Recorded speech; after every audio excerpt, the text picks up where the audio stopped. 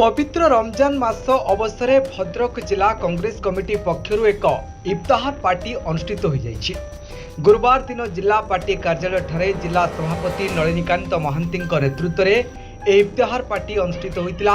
एथिरे उभय संप्रदाय लोके सामिल होई अत्यंत आनंद उल्लास मध्यरे ए पार्टी पालन करिसेंती। पवित्र रमजान मास आज होछि 22तम उपवास रोजा। ए अवसर में दल पक्षर एक इफ्तार पार्टी आयोजन करा जायतिला। पार्टी रे सामिल सदस्य माने रोजा पिटाई एकत्रित स्वादिष्ट फल आहार करथिले। अवसर में गणमाध्यम को सूचना दे जिला सभापति कहिथिले जे कांग्रेस भाईचारा भातृत्व को सर्वदा गुरुत्व दे आसिछि। हिंदू मानक पवित्र श्री राम नवमी हेउ कि मुसलमान को रमजान हेउ उभय संप्रदायर लोके मिलिमिशि पालन करिथांती। नलिनीकांत महांती जिला कांग्रेस कमिटी सभापति।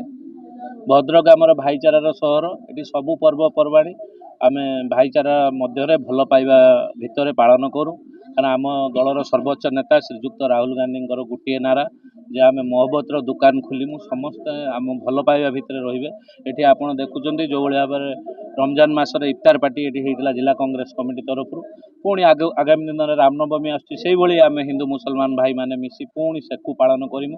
आगामी दिन में ईद हो कि दुर्गा पूजा हो कि गणेश पूजा हो बा होली हो सबू धर्मर पर्वपर्वाणी की समान भाव में आम समस्ते मिसिकी सबू धर्मर लोक मैंने मिसिकी पालन करूँ।